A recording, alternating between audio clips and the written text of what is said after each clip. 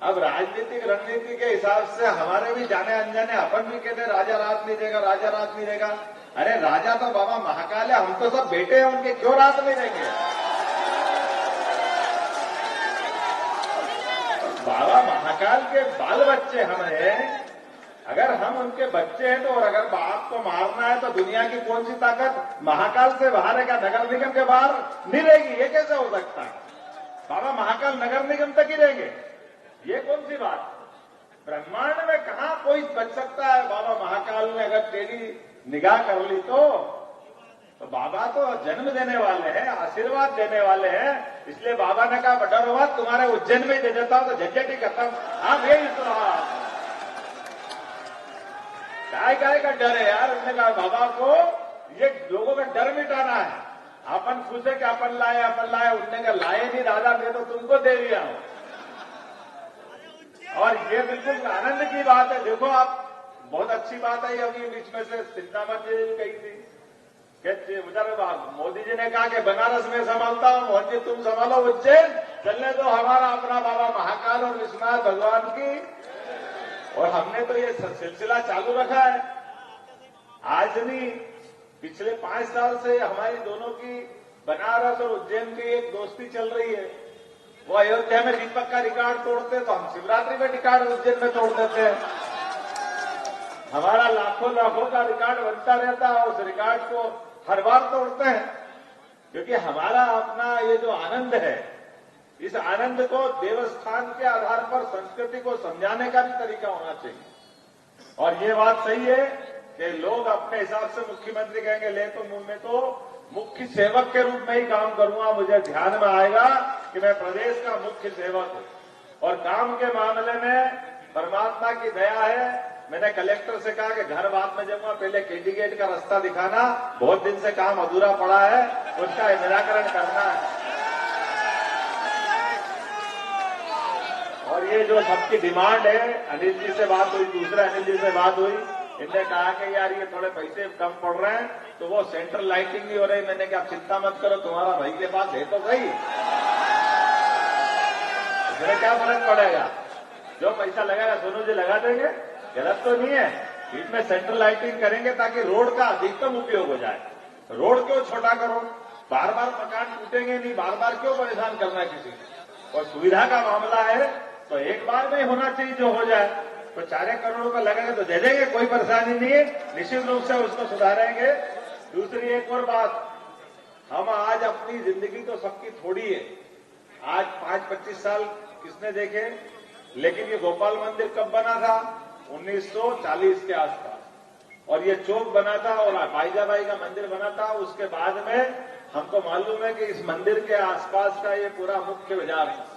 अब सर्वाधिक भीड़ पड़ती है। महापौर भी यहाँ बैठे, महापौर जी है ना, महापौर जी से बात हो गई, तैयार हो ना? हमने सांसद विधायक सबसे तो बात कर ली कि अपने को पार्किंग की जगह कम पड़ रही है और चौक की जरूरत भी पड़ रही है। जितना ये चौक है तो अपना नगर निगम में आपको पैसा जरूरत पड़ेगी दे दूंगा। ये जितने दुकानदार है बस उतनी मल्टी लेवल पार्किंग बनाना, बाकी पूरा खुला मैदान कर देना। यहाँ पे डबल मैदान है, ये गोपाल मंदिर का आनंद आ जाएगा आपको। जहाँ जितना खुला मैदान होगा, कार्यक्रम होगा, भीड़ में जरूरत पड़ती है, सवारी के समय आवश्यकता पड़ती है, सारी सवारी सिंहस्थ की निकलती यही निकलती है। कभी कभी कोई घटना दुर्घटना हो जाए तो ये बड़ी भीड़ तो अवेरने की जगह कहाँ है? बाकी तो सब तो मकान ही मकान है। आज ही मैं डीजी से बात कर रहा था कि साहब मैं तो पहली बार आया था यहाँ झरोके से मैं देखने आया, तो एसपी ने कहा आप कहाँ से देखोगे? तो मैंने कहाँ से दिखाओगे? तो बोले मेरे को ऊपर झरोके में बिठा दिया उसने। और जो यहाँ भीड़ पड़ती है, अब हमको तो मालूम, हमको तो मजा आते हर बार वो, लेकिन जो पहली बार देखता वो राम राम, जब तक भगवान जाने ये क्या होगा, कोई पूछा नहीं जाए, मर नहीं जाए, पता नहीं क्या होगा। क्योंकि वो वाकई बहुत एकदम अलग टाइप का माहौल रहता है पहली बार वाले के लिए। और ऐसे में कोई घटना घट जाए, कोई बात हो जाए तो हमको वाकई इस बात की जरूरत है। लेकिन हमने कहा कि जो दुकानदार है उन दुकानदार की व्यवस्था जरूर कर देना ताकि दुकानदार को परेशानी नहीं आए, लेकिन बाकी सब जगह अपनी पार्किंग के लिए रहेगी। ये आनंद के साथ अपना सबका निर्णय करें। अब लंबा भाषण तो दूंगा नहीं, लेकिन आपने कहा कि काम दिया और सबने कहा कि काम करना 24 घंटे। तो कल ही उज्जैन संभाग के सभी लोगों के साथ उज्जैन में ही बैठक कर रहे हैं कि उज्जैन में नहीं, उज्जैन संभाग की पहली बैठक रहेगी, उसके बाद 10 संभाग की बैठक करते जाएंगे। कि विकास के मामले में जरा देर नहीं होगी, उसी गति से काम करते जाएंगे जो गति का अपना रिकॉर्ड बना हुआ है। और एक बात हमारे लिए पिछली बार माननीय शिवराज सिंह जी चौहान के माध्यम से हमने कैबिनेट कराई और हमने कहा था कि हमारे बाबा महाकाल के सवारी में बैंड की जरूरत पड़ती है और वो बैंड था नहीं, तो हमने 12 आदमी का बैंड बना बुनू के वो तैयार करा लिया। अब हमने कहा कि पुलिस के लिए हर जिले में एक बैंड हो जाना चाहिए। और विकास के मामले में ये हमने कहा कि अब जहां की जरूरत होगी कैबिनेट भी वहीं कर देंगे। तो अपने आने वाले विकास के लिए संक्रांति अपनी उज्जैन की अलग टाइप की होती है, उत्तरायण दक्षिणायन उज्जैन से ही माना जाता है। तो उत्तरायण जब चलेगा सने सने दिन तिल तिल करके बढ़ता जाएगा, तो फिर कैबिनेट उज्जैन में करेंगे। पहली कैबिनेट अगर होगी उज्जैन में होगी, उज्जैन के सारे विकास के लिए जो जरूरत होगी वो यही मंजूर करके जाएंगे। क्योंकि अब अपने को मालूम है कि परमात्मा की दया से ये जो मौका आया, तो मौका आया तो मौके को अपने सारे विकास के मामले में धरातल पे देखते हुए जो जहां की बात वहीं करने की जरूरत है। जब वहीं करेंगे तो उसके रिजल्ट भी आएंगे। तो आज तो लंबा नहीं बोल रहा हूं, लेकिन टुकड़े टुकड़े में ऐसे कई बार आपको अलग अलग शुरुआतें मिलती जाएगी। बोले महाकाल महाराज की। और सच मानो मैं आपका एहसानमंद हूं, वाकई जितना दिल से आपने, मैं आभार मानता हूं कि जो स्वागत आपने किया, जितने प्रकार से आपकी मेहनत हुई है, ये जो आइडिया है, ये हमारे अनिल जी, रवि जी, बाकी दोनों जिलाध्यक्ष और बाकी विधायक वरिष्ठ जन सबने प्लान किया। सारे के सारे लोग, मैं सबका आभार मानता हूं, क्योंकि ये बात सही है कि हमारे पास ये जो उपलब्धि हासिल हुई थी वो उपलब्धि भी कम नहीं है, लेकिन आपका जो स्वागत है उपलब्धि से भी ज्यादा है। मैं आपका एहसान मानता हूं। बहुत बहुत धन्यवाद। भारत माता की जय। क्योंकि आपका एहसान मेरे लिए नहीं है, आपका एहसान मोदी जी के लिए। ये मोदी जी के लिए जोरदार तालियां बजाओ। मोदी जी ने निर्णय किया है कि हमारी पीढ़ी परिवर्तन होना चाहिए, हर अगली पीढ़ी के लिए आना चाहिए। जब शिवराज जी को मौका मिला था, वो दौर भी हमारे सबके सामने था, जब पटवा जी से लेके कैलाश जोशी तक सारे वरिष्ठ जन, विक्रम वर्मा जी से लेके सारे लोग आज से 15 साल पहले, 18 साल पहले सब मैदान में थे।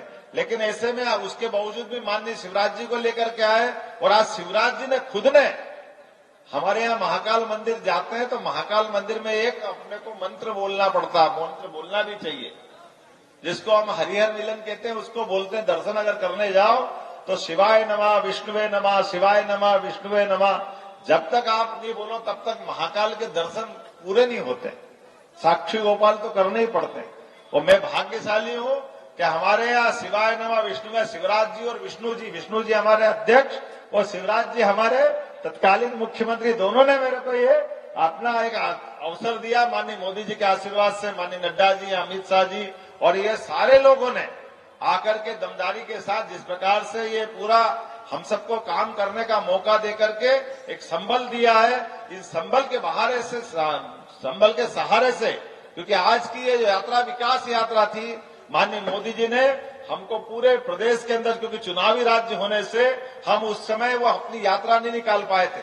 ये विकास यात्रा जिसके माध्यम से माननीय मोदी जी की सरकार ने विगत 10 साल में जो काम किया है वो घर घर तक पहुंचाना, जनता जनता तक पहुंचाना है।